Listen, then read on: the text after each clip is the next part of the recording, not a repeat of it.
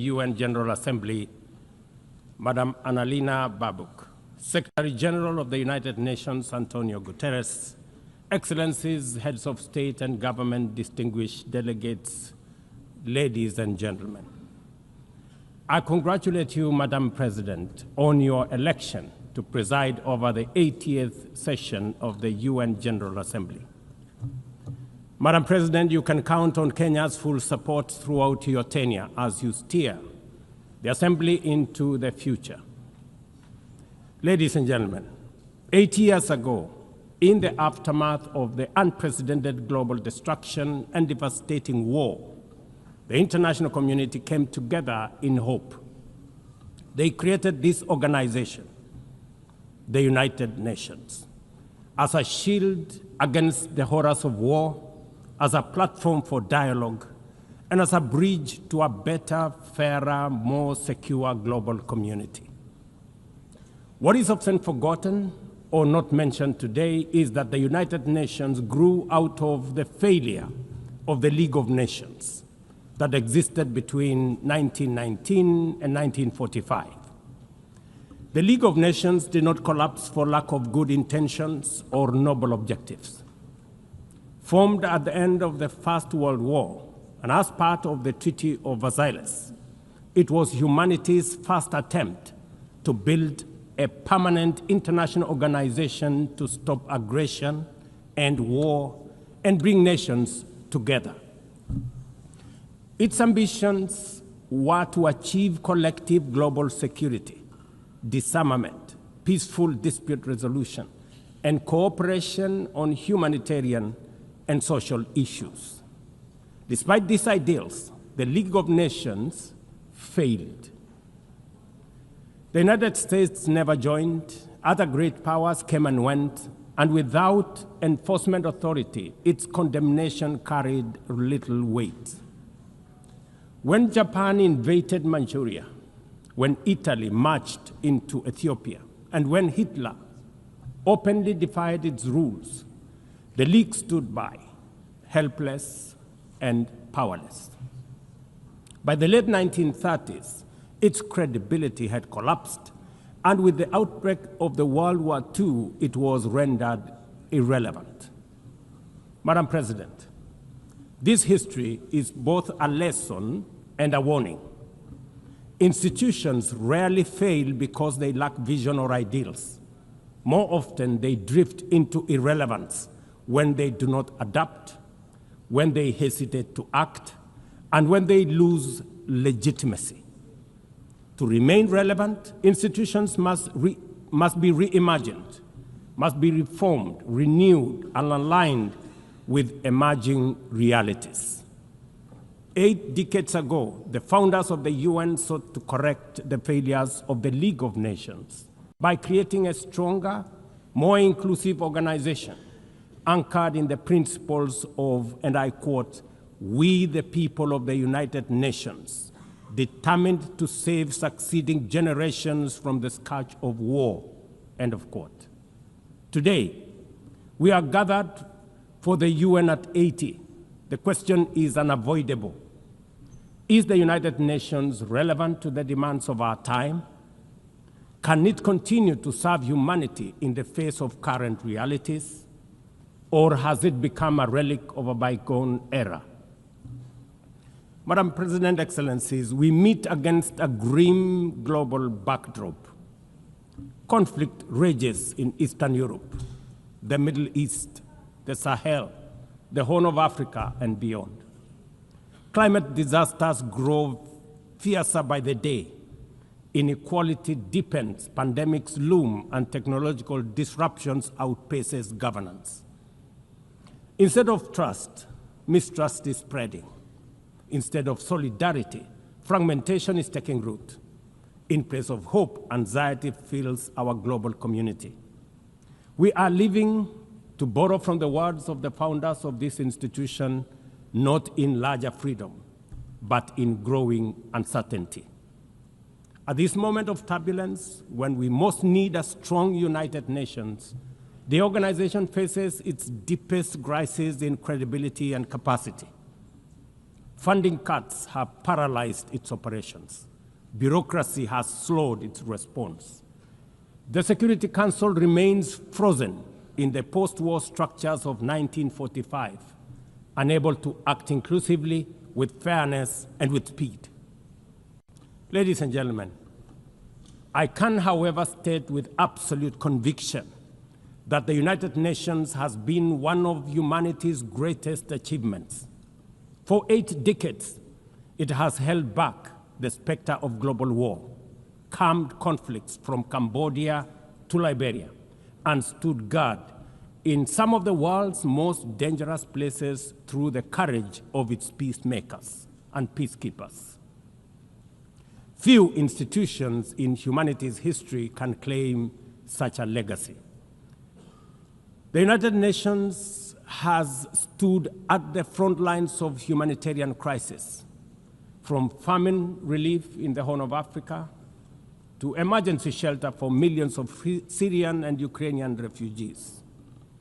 It was at the forefront in the eradication of smallpox, coordinated global responses to HIV and AIDS, Ebola, and COVID-19, and continues to champion universal vaccination. Its agencies have advanced women's rights, protected children, safeguarded refugees, and set global norms on everything from disarmament to climate action. The UN Sustainable Development Goals remain a shared blueprint for human progress. These are achievements no nation could have achieved alone, however rich, however great, or however powerful. And yet, every institution, no matter how noble its origins or impactful its legacy, must adapt to changing times or slide into irrelevance. Today, the United Nations stands at a crossroads of renewal on one hand or decay on another. Put differently, after 80 years, the rhymes of time are calling on us to reimagine the original promise that inspired the founding of the United Nations, and that is the quest for global peace, development, and human rights. But this call must now be answered in a global context that is profoundly different from the post-war era in which the UN was conceived then. We would be denying the cold, hard truth if we say that the United Nations is delivering as it should. On peace and security, its voice is too often drowned by the rivalries of great powers, while some nations simply ignore its resolutions and do as they please. Too often, the UN's blue helmet, once a symbol of moral authority, no longer commands the same respect. From the conflicts in Gaza to Ukraine, to the crisis in Sudan, DRC Congo, Somalia, and the Sahel, we see actors proceed undeterred by the United Nations calls. Excellencies, ladies and gentlemen, Kenya speaks from the experience of a nation deeply invested in multilateralism. For decades, we have placed our troops and police in harm's way for peacekeeping missions across Africa and beyond, from Somalia to Democratic Republic of Congo, from South Sudan to most recently in our neighborhood here in Haiti. Over the past 15 months, we are proud to have led the multinational security support mission in Haiti, not because it has been easy, but because solidarity is the essence of the United Nations. Madam President, the mandate of the MSS mission is coming to an end in a few days. As the lead nation, allow me to briefly share our experiences, the successes and the challenges, as both a cautionary tale and a living lesson about the strengths and weaknesses of the current global security governance architecture. For far too long, the people of Haiti called out to the world. Too often, their pleas were met with silence, hesitation, or half measures. Haiti became a tragic reminder of what happens when the international community looks away, prevaricates, or offers half-hearted support. When Kenya responded to the quest for the Haitian authorities, it was in the belief that we were joining a genuinely multinational effort. We welcomed and fully embraced Resolution 2699, by which the United Nations Security Council authorized the MSS with Kenya as the lead nation. Drawing on our decades of peace support operations, we stepped forward, stepped up, and deployed our officers to confront the rampant menace of gang violence in Port-au-Prince and its environs. Madam President, ladies and gentlemen, the mission has operated in a volatile environment under enormous constraints. It has been underfunded, under-equipped, and operated below 40% of its authorized personnel strength. Our police officers have valiantly shouldered responsibilities without the full logistical support that would accompany any mission sanctioned by the United Nations. Despite these challenges, and against all odds, the MSS has delivered results many thought were impossible. The presidential palace, once under siege from gangs, is today restored as the seat of government. The police headquarters and the police training center, once overrun by gangs, are now secure, with the academy resuming the training of new police officers, over 700 of whom graduated a few months ago. Schools that have been shattered by violence have reopened, with children back in class, learning and progressing. Roads once manned or blocked by gangs have now free-flowing traffic. Cases of kidnapping and extortion have reduced sharply. The airport and the seaport, once surrounded by gangs, are now abuzz with normal operations. Which begs the question, if so much could be achieved with limited resources and stretched personnel within just 15 months, what more could have been accomplished if the United Nations fraternity had truly acted together in solidarity with the people of Haiti? From this podium, I wish to assure all partners and actors that with the right personnel, adequate resources, appropriate equipment, and necessary logistics, Haiti's security can be restored. Gangs can be neutralized and the safety of streets, schools, hospitals, and homes secured.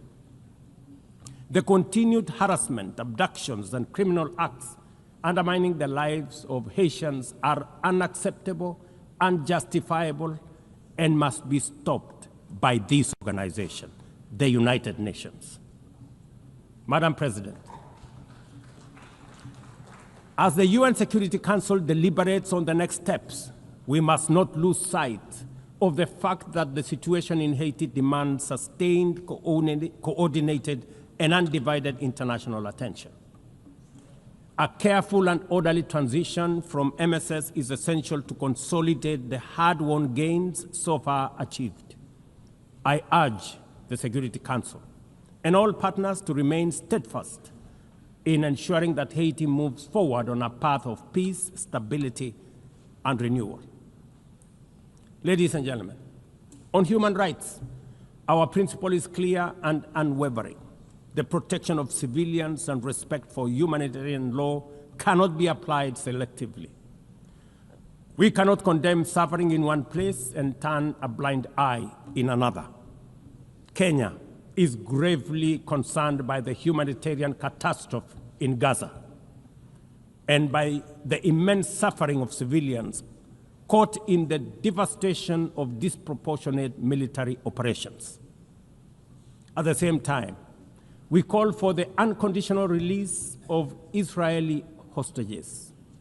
In line with the African Union and United Nations resolutions, we also call for a permanent ceasefire, for strict adherence to international humanitarian law, and for the launch of a credible political process. Only through such a process can the vision of a two-state solution be realized, where Israel and Palestine live side by side in peace, security, and stability. Kenya is equally deeply troubled by the worsening humanitarian situation in Sudan, where innocent citizens are caught in the crossfire of a needless war. We fully endorse the Quad, comprising Egypt, Saudi Arabia, the United Arab Emirates, and the United States, in affirming that there cannot be a military solution and that only political dialogue offers a viable path forward. We join the Quad in urging all parties, including SAF, RSF, and the external actors, to respect Sudan's sovereignty, unity, and territorial integrity, and firmly reject any attempts to divide the country, reaffirming our unwavering support for a unified Sudan for the benefit of all its people. Excellencies, distinguished delegates, those who look to the future with a clear vision know that climate change is not only the single greatest threat of our age, but also one of the greatest transformation opportunities of our time. The global stocktake has made it plain that the world is off track. Current national determined contributions are steering us towards temperature rises far beyond any safe threshold. This is the difference between survival on one hand and devastation for millions across the world on the other. Kenya and Africa are not passive victims of this crisis. We are taking bold steps showing that climate action is not only possible, but can also be the foundation for inclusive growth. We are building a climate-resilient society by embedding adaptation into every sector, from agriculture and energy to infrastructure and livelihoods, to sustainable mining and artificial intelligence. This ambition is visible on the ground. Today, 93% of Kenya's electricity comes from renewable sources: geothermal, wind, solar, and hydro. We are expanding investments in e-mobility, climate-smart agriculture, clean cooking solutions, and green manufacturing. We are also pioneering nature-compatible solutions such as sustainable waste management and circular economy interventions. Africa, too, is uniting its voice. In 2023, in Nairobi, we hosted the inaugural Africa Climate Summit, where the continent adopted the Nairobi Declaration on Climate Action and Call to Action. Just 2 weeks ago, in Addis Ababa, Africa came together once more at the second Africa Climate Summit to reaffirm our commitment and strengthen our ambition for climate-positive growth. We declared Africa not just as a victim of the crisis, but as a source of solutions, with climate action driving economic growth, transformation, and job creation for our communities. Ambition, ladies and gentlemen, cannot stand on willpower alone. Implementing our new NDCs will require $56 billion. That is why we call on the global community to unlock the $300 billion agreed at Baku, and to accelerate negotiations towards the new $1.3 trillion goal under the Baku-Belém roadmap. Without affordable finance and without reform of the international financial architecture, the promise of climate action in Africa will remain constrained. Madam President, in the aftermath of World War II, the Bretton Woods institutions were created to stabilize the global economy and rebuild war-torn Europe. At that time, their design reflected the power and interest of the victorious nations, who were also their primary shareholders and beneficiaries. The IMF was tasked with upholding the gold standard exchange rate system, while the World Bank was established to finance Europe's reconstruction. Both have since evolved into development finance institutions, but their structures, decision-making, and governance remains dominated by wealthy nations. Today, the global context is vastly different. The global standard collapsed 5 decades ago, and Europe has long since been rebuilt. Yet, the governance of these institutions has not kept pace with needs of a multipolar world, especially the needs of poor and developing nations. The mismatch between shareholders and stakeholders has become starkly visible. For instance, during the IMF's recent allocation of special drawing rights, 64% went to wealthy nations. Just imagine, 64%. With little need for liquidity support. They didn't need the money anyway, but they got 64%. While the poorer countries received just 2.4%. What a disconnect. The imbalance highlights how the very institutions meant to safeguard global finance stability often perpetuate inequality and instability. I have argued, and I say it again, that the current global financial architecture punishes poor countries with high interest rates and enormous conditionalities while rewarding rich nations with lower interest rates and softer lending rates. Its rules, priorities, and allocation mechanisms consistently favor those already prosperous, while trapping vulnerable economies in cycles of debt, high borrowing costs, and inadequate access to emergency support and concessional funding. It is imperative to transform these institutions into genuinely independent, apolitical global bodies that their operations are aligned with their global mandate. Such a shift would democratize decision-making, restore credibility, and allow the IMF and the World Bank to serve all countries fairly rather than reinforcing old hierarchies. But Africa is not merely waiting for external prescriptions. We are taking bold and deliberate steps to strengthen our financial independence, safeguard our stability, and accelerate our development. Kenya, for instance, fully endorses the establishment of the Alliance of African Multilateral Financial Institutions, launched with the Africa Union in February 2024. This alliance brings together our homegrown banks, Afrexim Bank, the Africa Finance Corporation, the Trade and Development Bank, Shelter Africa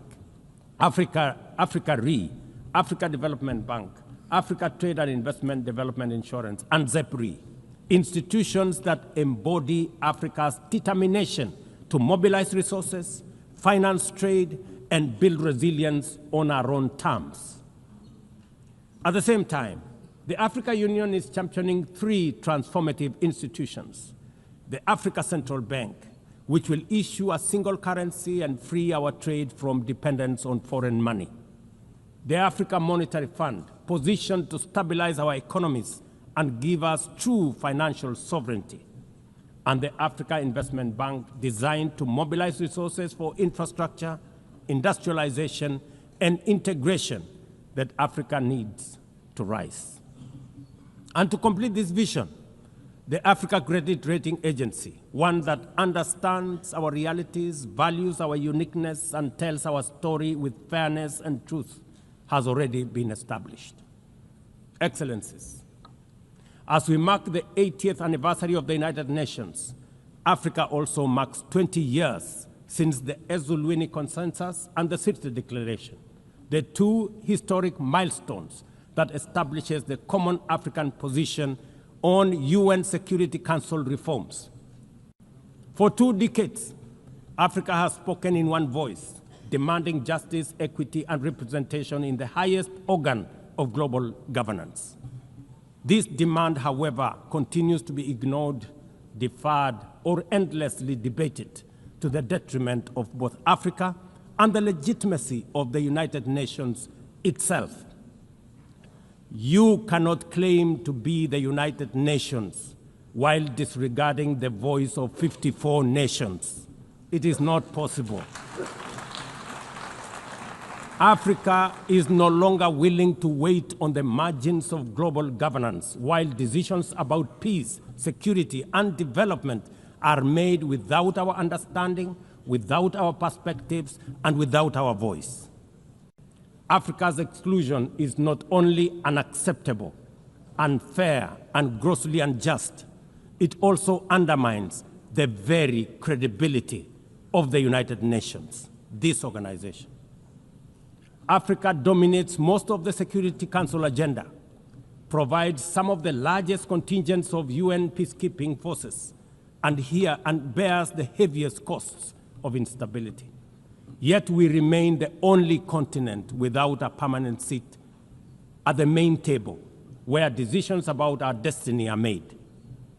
Africa deserves, ladies and gentlemen, at the very least, 2 permanent seats with full rights, including the right to veto, and 2 additional non-permanent seats on the United Nations Security Council. The world must understand that reforming the Security Council is not a favor to Africa or to anybody. It is a necessity for the United Nations' own survival. If the United Nations is to remain relevant in this century, it must reflect today's realities, not the post-war power arrangements of 1945. Madam President, despite the stated and evident weaknesses of the United Nations, it still remains humanity's best chance at global solidarity. No other institution has the universal legitimacy or convening power of the UN.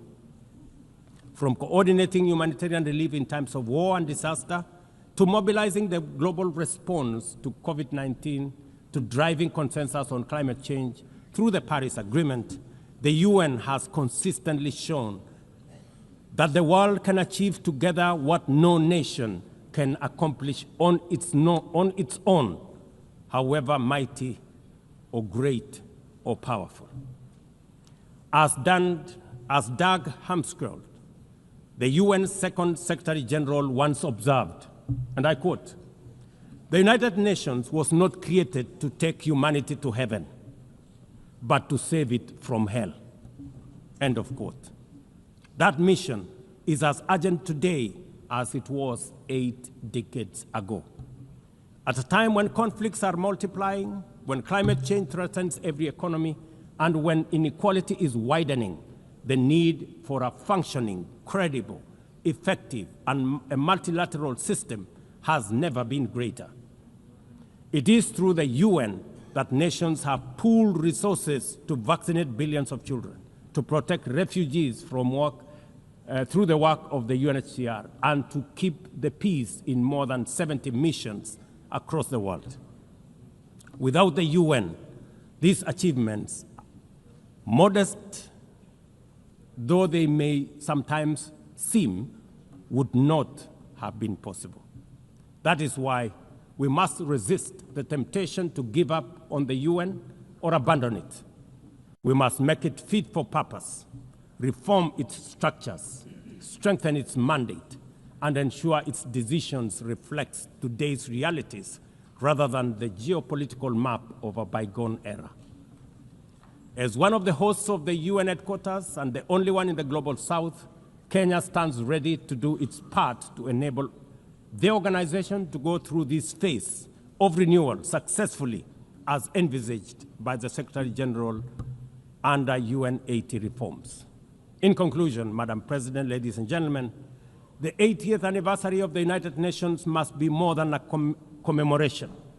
It must be a turning point for the organization.